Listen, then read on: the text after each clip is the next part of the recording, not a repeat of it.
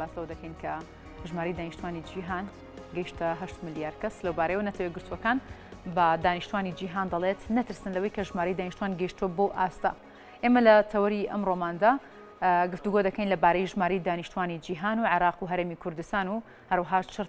چڕترین وڵاتەکان و کاریگەری ئەو زیادبوونە بە گشتی لەسەر جیهان چی دەبێت. گفتوگوێن بابەتاکەین لەگەڵ میوانەکەمان کە ڕاستەخۆ لە هەولێر و لەگەڵمانە جەنابیان مەسعود عەبدولخالق شارەزا لە یاسای نێودەوڵەتی. کاک مەسعود سڵاوت لێبێت و بەیانیت باش بێت. من دەمێ بپرسم سەرەتا کە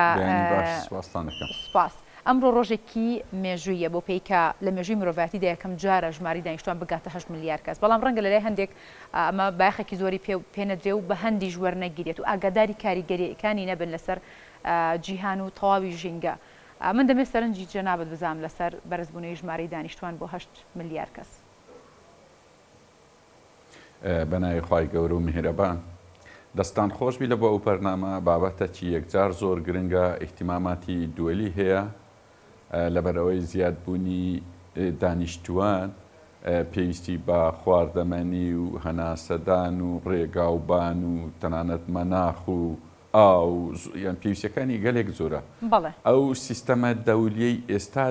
دانرایە لەسەر ئەساسی ئەوەی دانرا کە ئەو کاتی تقریبان 1 ملیار بەشەر هەبووی، ئێستا 8 ملیارە. کاتە زۆربەی زۆری ئیعادە نەزەری دەوێ، سەقافەتێکی دەوێ، دەوڵەتان، منەظەماتی مەدەنی، ئەحزاب، ئەرکێکی زۆر ئیزافەی کەوتۆتە سەرشان لە تێگەیشتنی تاک، لە تێگەیشتنی کۆمەڵگەکە، لە ئەرک، لە تعلیم، لە سەحا، لە هەموو ئیشەکان کەواتە بابەتێکی یەکجار زۆر گرنگە و هەر سێ لایەنیش دەگرتەوە. عیلاقەی بە فەلسەفە،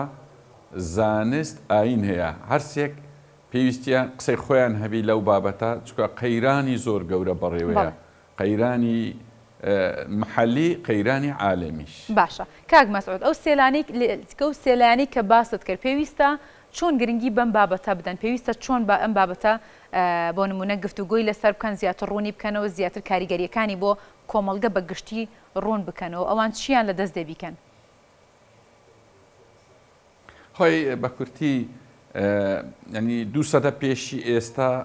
ئەو مەوزوعە هاتە گۆڕێ باسکرایە، ینی حرەکاتی فاشی و نازی و ڤالانژیسی و شۆڤێنی و کۆمەڵک حرەکات تقریبان لەسەر ئەساسی دروست کە گوتیان عنسوری ئاری گونجاوە لەسەر زەوی، ئەوانی باقیەکەی تر ژینگە تێک دەدا، ئینتاجی نییە، مساهمەینی ئەوە دوور و درێژە. بەڵام ئاخر نەزەری ماڵتۆز بوو لە ڕووی علمی، ئەوانی تر فەلسەفی بوون. ئەو نەزەریەکەی بڕە قورس بوو، باز لە ئەوەی دەکات سورعەی ئینتاج لەگە سورعەی نمووی سوکانی، گوتیەوە فەرقەکی یەکجار زۆری هەیە، بۆیە دەبی یان حرب یان ئەوی پێی دەگوترێ نەخۆشی زۆر ئەوە بڵاو بکرێتەوە. لەبەر هەندێک خەڵکیش گومانیان لەو کۆرۆنای ئەخیری کرد، ئەو عیلاقەی بەو نەزەری ماڵتۆسێ. هەرچی ئاینە ئەو دڵنیاییەکی دایتە بەشەر دەرێت لا تەقتلوا ئەولادەکم خەشیەتە ئیملاق، یعنی ئەو پێی وایە کێشەیەک نییە. ئێستا لە راپۆرتەکەی ئومەم متحیدەش تا ڕاتەیەک وا دەردەکەوی دەری هەتا 10 ملیار شتێک زیاتر وەک بدەی مەگزی مامی ئینسانە زیاد بن، دوایە دێتەوە خوارێ چارشکە. بەڵام لە مێژوودا ئەوە نەبیندراوە، تا ئێستا نازانین ڕاستە دێتەوە خواریان هەر زیادەکە. ئەگە گەلک زۆر زیاد بکە ئەوە تاعاان قەیرانی زۆر گەورە لە ئێستاوە قەیران هەیە، قەیرانی ئاو هەیە. بۆ نمونە 170 جیهان ئاوە، بەڵام قەیرانی ئاو هەیە. لە داهاتوودا ئەو قەیرانی لە داهاتوودا بەڕی مرۆڤ بێتەوە چییە؟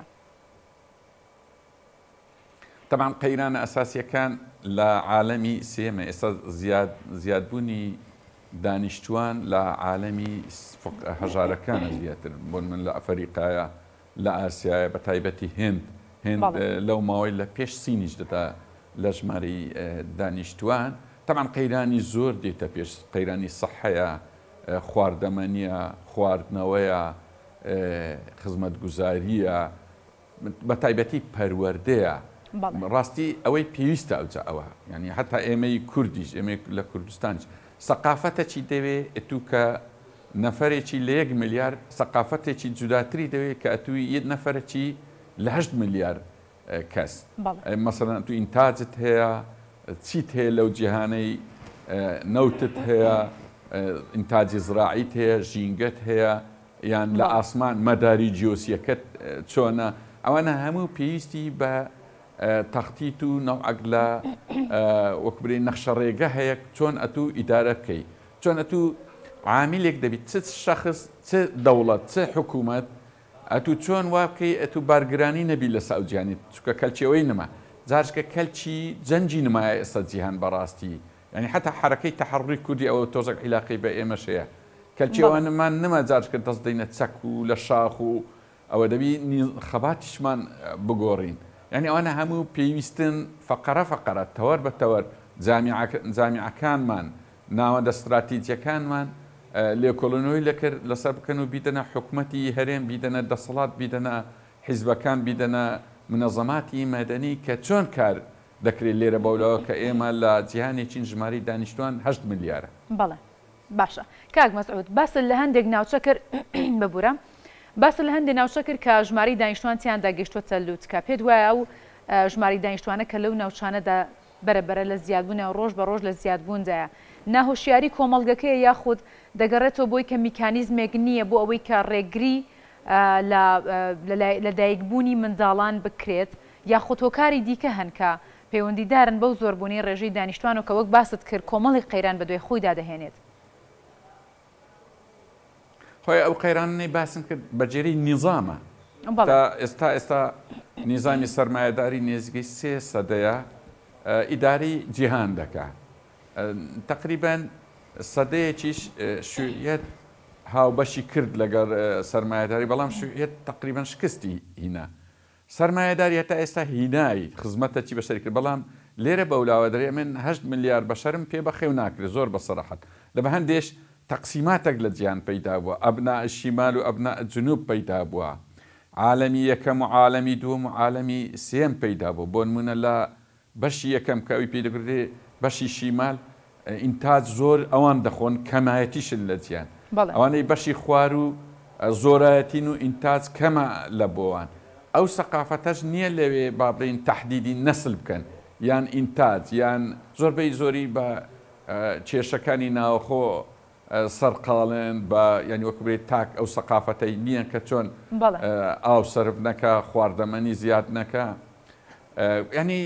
ڕاستی تەوجیهاتێکی زۆر وردی دەوێت لێرە بەولاوە چه حکوومەتە چه حیزبە چ دام و دەستگای مەدەنیە چ تعلیمە چ وەزارەتی تعلیم عالی بە تایبەتی یان وەزارەتی سەقافە ئەوانە ئیشی ئەو ئیشەی لێرە بەولاوە دەکەیتە سەرشانیان زۆر جیایە لەگەرەوەی کاتێک کە ئێمە 1 ملیار بووینە. بەڵێ باشە کاک مەسعود پێت وانە کام زیادبوونی ڕێژەی دانیشتوانە بۆ هەندێک لە وڵاتەکان جێگەی ڕەنگە لایانی ئەرێنی هەبێت بۆ پێیکە وەک خۆت باست کرد هەندێک وڵات ئەوەندەی مەشغوڵە بە شەڕ و شۆڕ و هەروەها جەنگ ئەوەندەی مەشغوڵ نییە بۆی کە لە خودباڵنی سەرقاڵ نییە بۆی کە چی بۆ دانیشتوانەکەی دابین دەکات بۆ پێی کە باس لەوە کرد کامە کۆمەڵێک کاریگەری نەرێنی دەبێت لە پەروەردە لە ئاین لە سیاست لە هەموو ڕوویەکەوە ئەمە کاری ئەم زۆربوونی ژماری دانیشتوانە کاریگەری ئەرێنی هەیە یاخود تەنها کاریگەرە نەرێنیەکانی زاڵترن. خۆی دەزانین چۆنە ینی ئەمە ناڕێم هەرسێک فەلسەفە عیلم ئاین قسەی لەو مەوزوعی هەیە ئاین زۆر ترسی لەو بابەتەی نییە بەڵام عیلم ترسی لێ هەیە بۆ کارچیە بۆچی ئەم دووڕە هەیە ئەوە چی داناوە ئەو دووڕە ئەوەیە عیلم تەمەشای واقعی ئێستا دەکات کەمتر تەمەشای مەبادی دەکات چکە ئەو بابەتەی زیادبوونی 8 ملیار پێویستی بە مەبادی و ئەفکار و پەروەردە هەیە عیلم زۆر عیلاقی بەو مەوزوعی نییە ئەوی پێی دەگوتێ ئەربیترەری ینی عیشوایی تەمەشا دەکە دەبینی تاچی ئێستا چۆنا وای دەخوێنتەوە فەلسەفە تۆزە قوڵترە ئاین تۆزە زیاتر لەو بابەتەی دەزانی ئەوەی تەقریەکەی ئومەم متحیدەوە ئەوەی ئێستا چارەسەر بریا ئەو چارەسەریە مەسەلەن ئێمە حکوومەتی هەرێمیان لە جامیعەتی کوردستان راپۆرتێکی زووتر ئامادە بکرێت کە چۆن چارەسەر دەکرێت بۆ نمونە ئێستا میزانیی جیهان بەشی زۆری لە بۆ وەزارەتی دیفاع دەڕۆ هەتا میزانەی حکوومەتی هەرێمی 131 تقریبا لە بۆ هێزی چەکدار دەڕوە ئەوە گەلە کارەساتە ئەوجە جەنگ ئەوەی جەنابەت باس کرد کە ئەرێنی یان نەرێنی ئەگە ئەرێنیەکی مەحەلی هەبی لە بۆ دەستە و تاقمێک یان لە بۆ نظریەکی قومی بەڵێ. یان نظریەکی تائیفی کە ئەری تائیفەکەم زیاد بکە یان قومەکەم زیاد بکە بە تاکید سەرنجامە نێگەتیڤەکانی گەلێک زۆرترا ینی ئەو کاتێک کە ئەو وا دەزانی ئەرێ نییە دەنا لە بەگشتی نەرینە بۆ نمونە کاتی خۆی کە ئینسان نەگەیشت بووە ملیارەك جەنجی 30 ساڵە ڕوویدا جەنجی 100 ساڵە ڕوویدا لە ئەوروپا لە جیان کاریگەری چوان نەبووە بەس ئێستا جەنجی دەڕۆژە ڕووبدا تقریبا دەبتە جەنجی عالەمی ینی ئێستا هەر جەنگە گرروپدا جەنجی عالەمی حسابت جەنجی جیهانی عالەمی لەبەرەوەی تەئسیر لە نیزامی دووەلی دەکەن نیزامی دووەلی ئێستا زۆر پێویستی بە پاراستن هەیە لەسەر ئەساسەکی نوێ جەمنە هەر لێرە لەوەی جەنابتان پێشنیار دەکەم سێ دەستگا هەیە لە جیهان بە ئەساسی گۆڕانکاری بەسەرداری بۆ نمونە نەتەوە یەکگرتوەکان کات کە ساڵی 1900 لە دوای جەنجی جیهانی دووەم دروست بووە ژمارەی دانیشتوان ملیارە کوشتەک بووە ئێستا 8 ملیارە سە گۆڕانکاری پێویستە زۆر ئەرکەکانی گۆڕانکاری لە ئەرچیش ئەو جارە سندوقی نەقدی دووەلی بەڕاستی ئەو تعاملی سندوقی نەقدی دووەلی لەگەڵ جیهان دەکا زۆر تێکدەرانەیە جەل محکەمەی لاهایە لە کۆتاییدا سیستەمی جیهانیە ئەوی پێ دەبێت نیزامی دووەلی زۆر پێویستی بە گۆڕانکاری هەیە کە تەوجیهات بدا کە تعلیم لە عالەم چۆن بی صحە چۆن بی پەروەردەی تاک چۆن بی شەخصانیەت فەردانیەت چۆن بی یعنی بە کورتی پێویست بۆی دەکا حیوارەکی ئەدیان و حیوارەکی فەلسەفی و علمی و ئاینی هەرسێک یعنی ویفاقی پێویستە ویفاق لە بینی دین یعنی یەکەم جار لە بینی ئاینەکان ئەجارە لە بینی ئاین و فەلسەفە و علم هەرسێک پێکەوە بۆ ئەوەی ینی وەکو بێ ئینقازی عالەم بکەن لەو ئەزمانەی کە لەو قەیرانە گەورانەی کە دێتە پێش باشە ئێمە بەسی ئەو قەیرانانەمان کرد کە ڕوبەڕووی مرۆڤایەتی دەبێتەوە لەگەڵ زیادبوونی ژمارەی دانیشتوانی خۆڕژەی دانیشتوان لە جیهاندا من دەمێ باسی ئەو قەیرانش بکەین کە ڕوبەڕووی سروشت و ژینگە دەبێتەوە ئەو قەیرانە نووسین کە ڕوبەڕووی ژینگە دەبێتەوە بەهۆی زیادبوونی ژمارەی دانیشتوانەوە خۆی سێ هاوسەنجی لەو بوونەوەرە هەیە لەو گردنیە هاوسەنجیە گردونیە ئەوە لە دەست ئێمە نییە ئەوە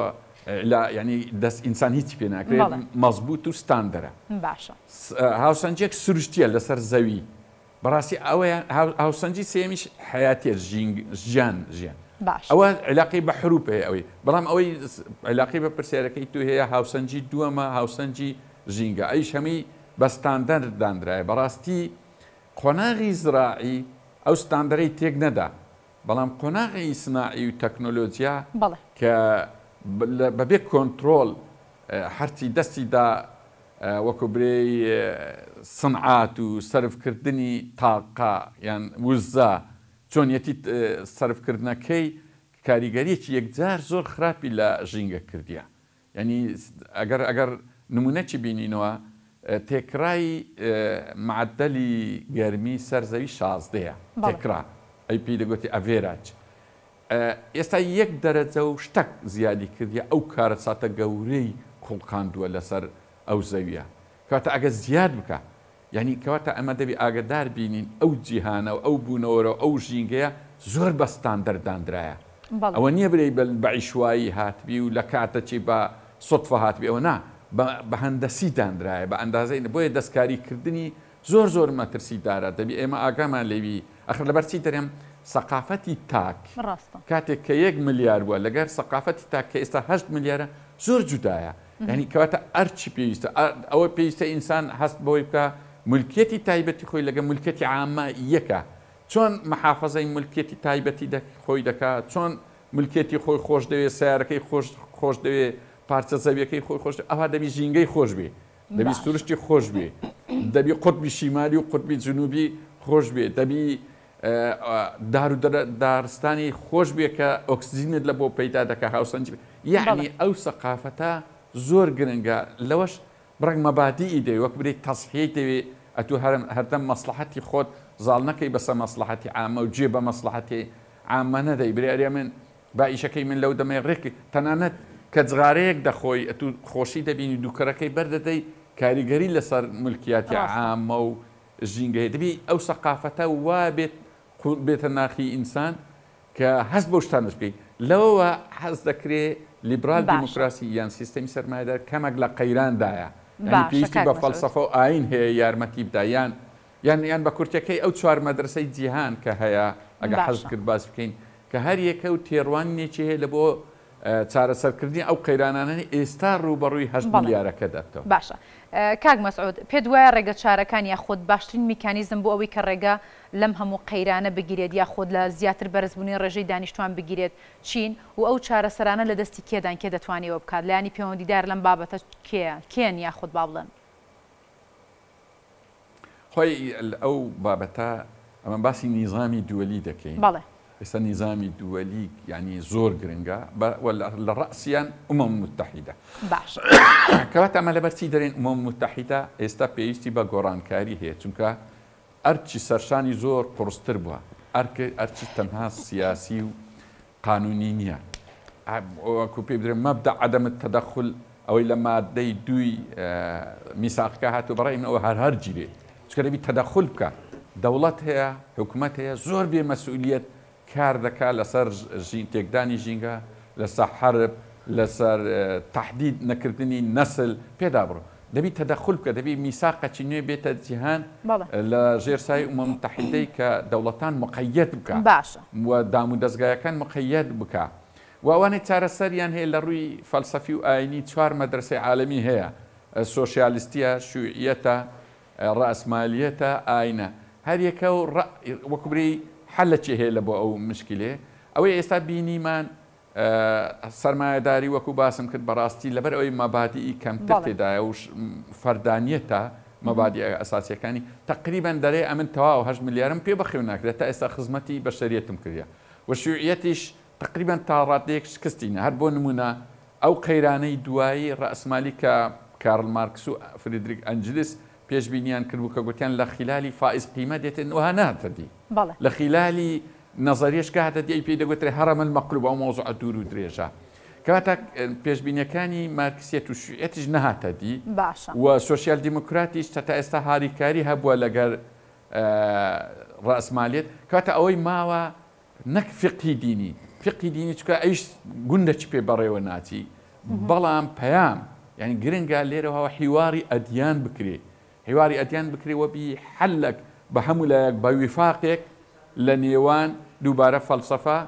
علوم ئاین کە ئەو ئەساسەش بکرێتە مەبادی و میساقی ئومەم متحیدە لە بۆ چارەسەری ئەو کێشە گەوران و قەیرانەکانی داهات. باشە زۆر سپاس بۆ مەسعود عەبدولخالق شارەزا لە یاسای نێودەوڵەتی زۆر سپاس بۆی کە و کاتەوە بێمە بەخشی سپاس بۆ ڕوونکردنەوە و ڕێنمایەکانت لەگەڵ ئێمەدا.